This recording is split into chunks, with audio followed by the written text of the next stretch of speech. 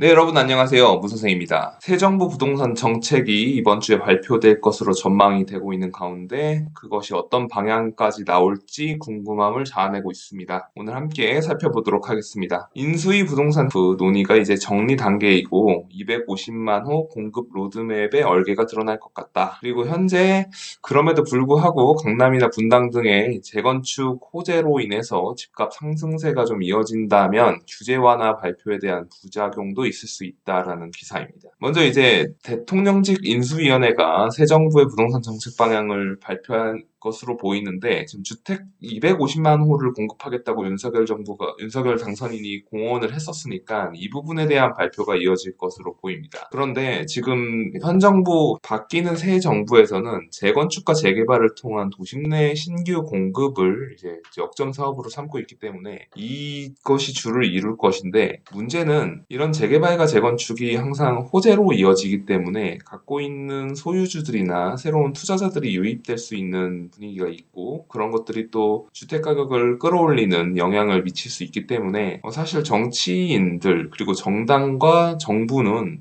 자기 임기 내에 부동산 가격이 그렇게 폭등하는 것을 원하지 않는 것은 뭐 좌든 우든 마찬가지라고 생각을 합니다. 그런 관점에서 서울과 일기 신도시에 지금 투기 심리가 살아나게 되면 좀 주택 공급을 하는데도 악영향이 있을 수 있기 때문에 일전에 오세훈 시장이 토지거래 허가구역을 확대하고 또 조합원 지위 양도를 좀 이렇게 지금보다도 더 강화하는 즉 입주권을 쉽게 사고 팔거나 뭐 투자 수익을 노리고 그렇게 들어오는 투기 심리 세력을 막기 위해서 그런 정책을 주도하고 있다는 걸 비춰보면은 공급 정책이 나오더라도 다소 자극하지 않는 시장을 자극해서 가격이 흔들리지 않도록 하려는 움직임이 있을 것으로 전망이 됩니다. 핵심 국정 과제 중 하나로 꼽히는 이제 뭐 부동산 투가 있다 이렇게 되는데 현재 수도권에 130만 호에서 150만 호까지 공급을 할 것이고 이 과정에서 역세권 첫집 주택, 청년 원가 주택 등을 이제 대표적인 사업 모델로 구체화한다라고 하는데 사실 이 부분은 뭐 투자자 관점에서는 그렇게 궁금해하거나 기대하는 부분은 아닌 것 같고 결국에는 이 그림에도 나왔지만 그린벨트를 해제해서라도 세곡과 내곡 등의 주요 용지를 헐어서 주택 공급을 함으로써 대기 수요를 늘려서 청약 대기 수요를 늘려서 좀 투기 심리를 붙잡아 두지 않을까 이런 것도 전망을 하고 있는데 이제 인수위에서는 그렇지 않겠다라고 얘기를 했습니다. 근데 생각해보면요 이런 겁니다. 이명박 대통령이 집권했던 2008년에 보금자리 주택 정책을 들고 나와서 이 정책을 위해서 우면동, 세곡동, 내곡동 그런 주요한 입지에 그린벨트를 헐어서 공급을 했고요. 서초구에 4억대 분양을 한다고 하니까 사람들이 그 로또를 받기 위해서 전부 다 매수를 멈췄거든요. 그리고 그 청약에 줄을 섰고 그 주택들을 용지가 매입되기 전에 먼저 청약을 하는 사전 청약이라는 제도를 만들어낸 게 그 당시 보금자리 주택 정부의 정책이었습니다. 그거를 모방해서 이제 따라한 게 문재인 정부의 3기 신도시 사전 청약 정책이라고 이해하면 될 것 같아요. 근데 이제 그린벨트를 하는 게 정치적인 부담이 좀 있을 수 있어요. 뭐 토지 보상 과정에서 옛날에 사건도 있었고 뭐 이렇기 때문에 사람들이 과연 이게 맞냐라고 할 수도 있고 또 그 토지 보상을 받는 일부에게 너무 보상금이 많이 돌아가는 것 아니냐라고 할 수도 있고 또 그린벨트라는 취지가 환경을 보호하기 위한 건데 과연 아파트를 짓기 위해서 그런 환경을 좀 헐어서라도 지어야 하냐라는 반론이 있을 수 있기 때문에 부담되는 부분이긴 합니다. 다만 제가 생각할 때는 일기 신도시가 이제 분당, 일산, 평촌, 산본 등의 아파트가 수도권에 약 30만 호 정도가 있고 그리고 노원과 목동에 아직 재건축이 되지 않은 그런 많은 아파트들을 재건축을 하기 위해서는 반드시 이주 수요가 발생하는 거고 그 이주 수요로 인해서 전세 가격이 급등하는 현상이 나타났었는데 이 전세 가격 급등을 막기 위해서는 수도권 주변에 택지로 신규 공급되는 주택들이 나와서 그 이주 수요를 좀 흡수해 줄 수 있어야 됩니다. 그래야지 주택 공급이라는 취지에 더 맞게 가격이 크게 오르지 않으면서 임대료도 크게 오르지 않으면서 주택 정책을 진행을 할 수 있거든요. 그런 관점에서 볼 때 그린벨트도 좀 어느 정도 좀 풀 수도 있지 않을까 저는 그렇게 생각을 합니다. 그리고 이제 중요한 거는 양도소득세 부분인데요. 양도소득세를 5월 10일 이제 임기 시작하자마자 일반과세로 유예할 것이기 때문에 이거는 국회의 동의가 필요 없는 부분입니다. 양도세를 중과하는 부분을 잠시 유예하는 거는 행정부, 그러니까 즉 대통령이 할 수 있는 사안이고 국회의 동의 없이 할 수 있기 때문에 즉시 실행 가능하고 하겠다고 말을 했는데, 이 양도소득세를 일반과세 해줄 때 다주택자들이 자기가 소유하고 싶은 아파트는 소유하려고 들 것이고 그거 외의 아파트들만 매각을 하려고 할 것입니다. 그리고 매각한 자금이 또 더 똘똘한 한 채 아파트로 오거나 혹은 서울이나 수도권의 주요 꼬마 빌딩과 상가 투자로 이어질 것이라는 게 이제 대체적인 전망 같습니다. 그리고 이제 종부세 부분에서 또 이 종부세와 재산세는 6월 1일이라는 기준점을 기준으로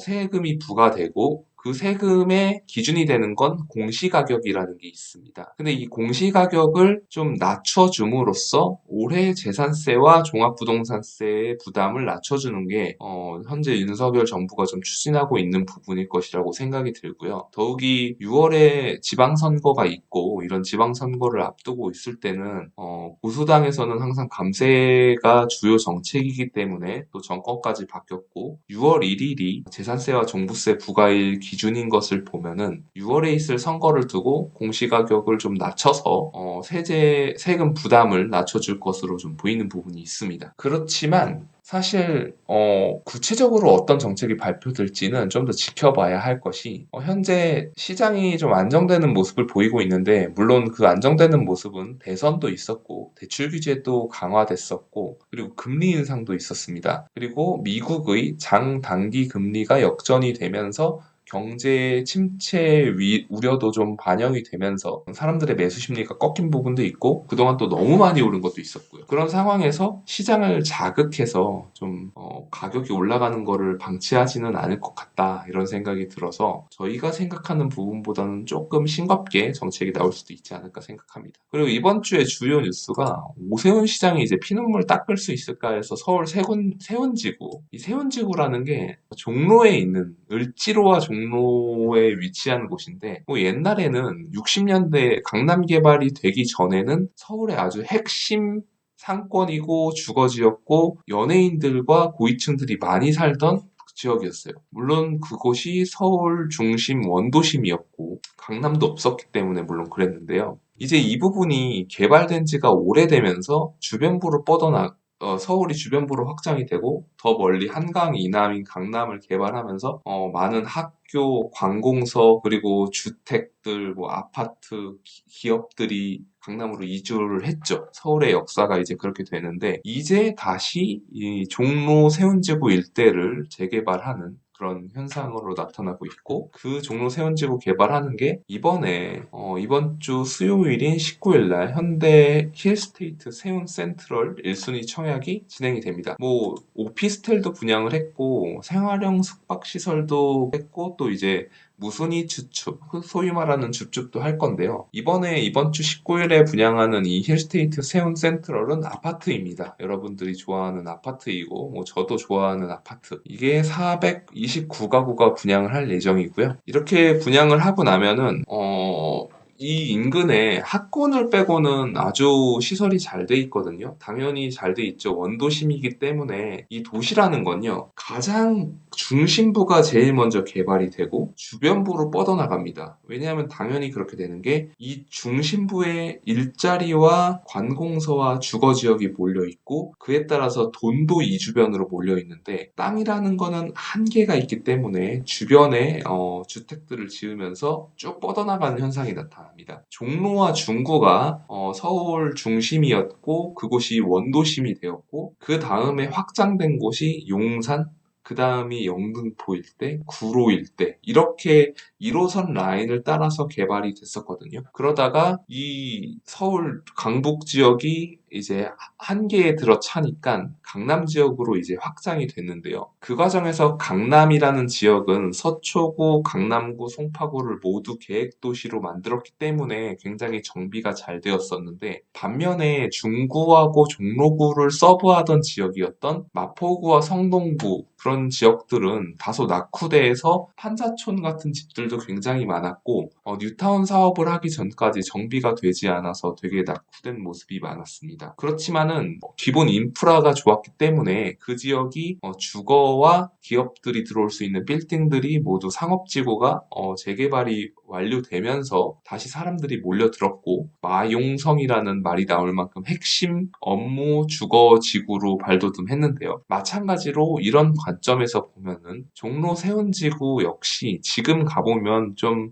올드하고 낙후된 것에 대한 복고에 대한 그런 향수로 힙지로라고 부르고 있는데, 그런 부분을 또 뛰어넘어서 이 원도심이 재개발이 되면은 정말 모든 인프라를 갖고 있는 상황 속에서 신축 아파트가 들어서면 역시나 우리가 경험했던 마용성의 신화가 다시 한번 나타나지 않을까 생각이 들고요. 다만 종로구와 중구가 인구가 적고 요새 또 저출산 때문에 학생들이 굉장히 적습니다. 그런 부분 때문에 학부모들이 원하는 그런 만족스러운 수준의 학원이 충분하지 않은 것은 사실이고요. 이런 부분에 있어서 교통도 좋고 인프라도 잘 돼 있지만 학군은 다소 부족하다. 그리고 대규모 주거 지역이 아닌 점은 좀 염두에 둬야 된다. 그럼에도 불구하고 저는 이건 뭐 월스트리트에다가 집을 짓는 것과 마찬가지라고 그런 생각이 듭니다. 그래서 이번 주 세운지구도 좀 잘 지켜볼 필요가 있다. 19일 수요일 날 청약을 한다. 이렇게 됐고요. 오늘 이제 이렇게 두 가지 윤석열 정부의 부동산 정책 발표될 것에 대해서 간략한 전망, 그리고 세운지구의 힐스테이트 분양, 이렇게 두 가지 살펴보았습니다. 오늘도 좋은 하루 보내시고요. 좋아요와 구독도 부탁드리겠습니다. 감사합니다.